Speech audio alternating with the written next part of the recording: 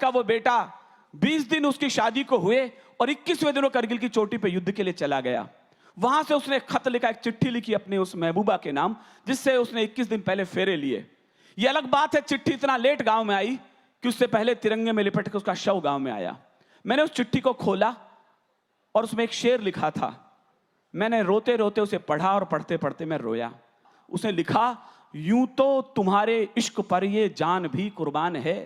कोई नई बात नहीं है साहब, लाजवाब बात लगे तो आपकी तालियां वहां पहुंचे जहां वो बेटा इंतजार कर रहा है। उसने कहा, यूं तो तुम्हारे इश्क पर ये जान भी कुर्बान है, पर मादरे वतन पे अपना इश्क भी कुर्बान है।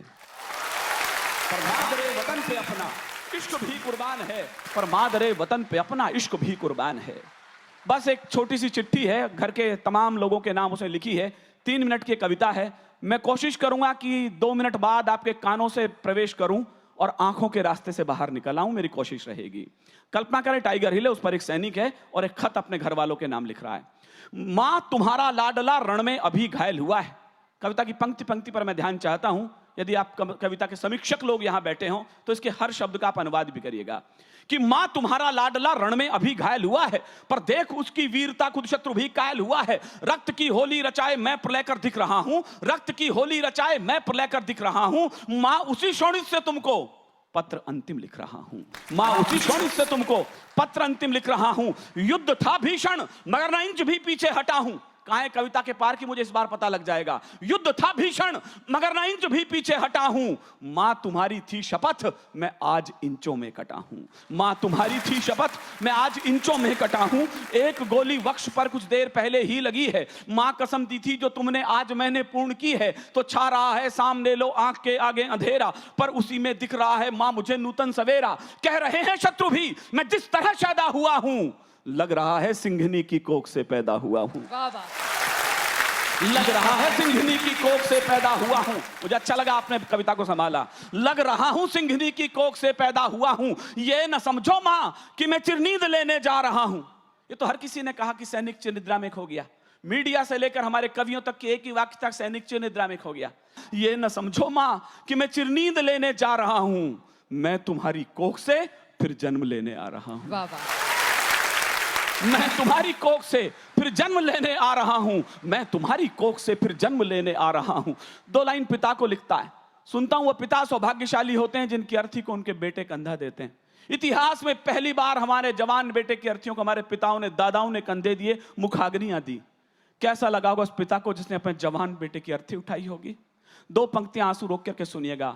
जितनी भारी लगती है ये शेषनाग को धरती, उतनी भारी लगी पिता को खुद बेटे की अर्थी। इस पीड़ा को जीना जरा थोड़ी देर के लिए। मैं तुम्हें बचपन में पहले ही बहुत दुख दे चुका हूं, मैं तुम्हें बचपन में पहले ही बहुत दुख दे चुका हूं और कंधों पर खड़ा हो आसमां सर ले चुका हूं। तुम सदा कहते न थे ये ऋण तुझे भरना पड़ेगा, तुम सदा कहते न थे ये ऋण तुझे भरना पड़ेगा। एक दिन कंधों पे मुझको ले तुझे चलना पड़ेगा, पर पिता वह भार अपना तनिक हल्का कर न पाया।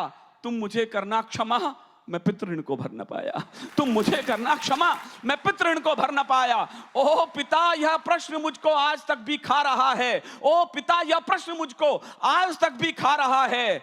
आज भी यह सुत तुम्हारे कंधों पर ही जा रहा है, आज भी यह सुत तुम्हारे कंधों पर ही जा रहा है।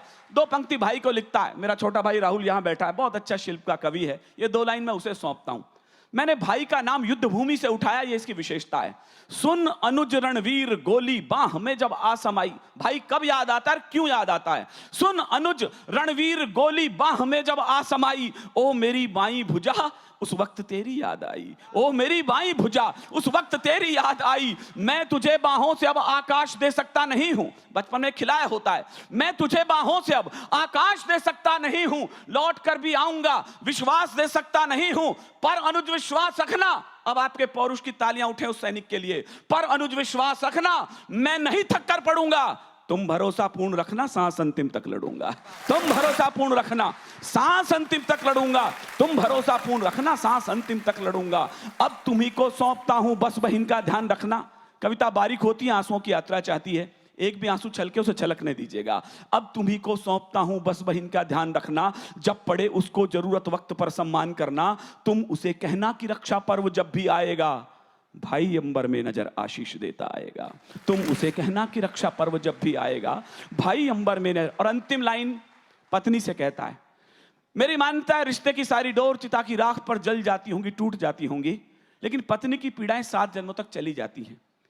हिंदुस्तान में 7 फेरे लेने के बाद पत्नी 7 जन्मों की सहयात्री मान ली जाती है। ये मेरा अंधविश्वास भी हो सकता है, लेकिन इंडियन माइथोलॉजी में ये माना गया, तो मैंने ऐसा लिखा है। सबसे उसने कुछ कहा है, पत्नी से कुछ मांगा है।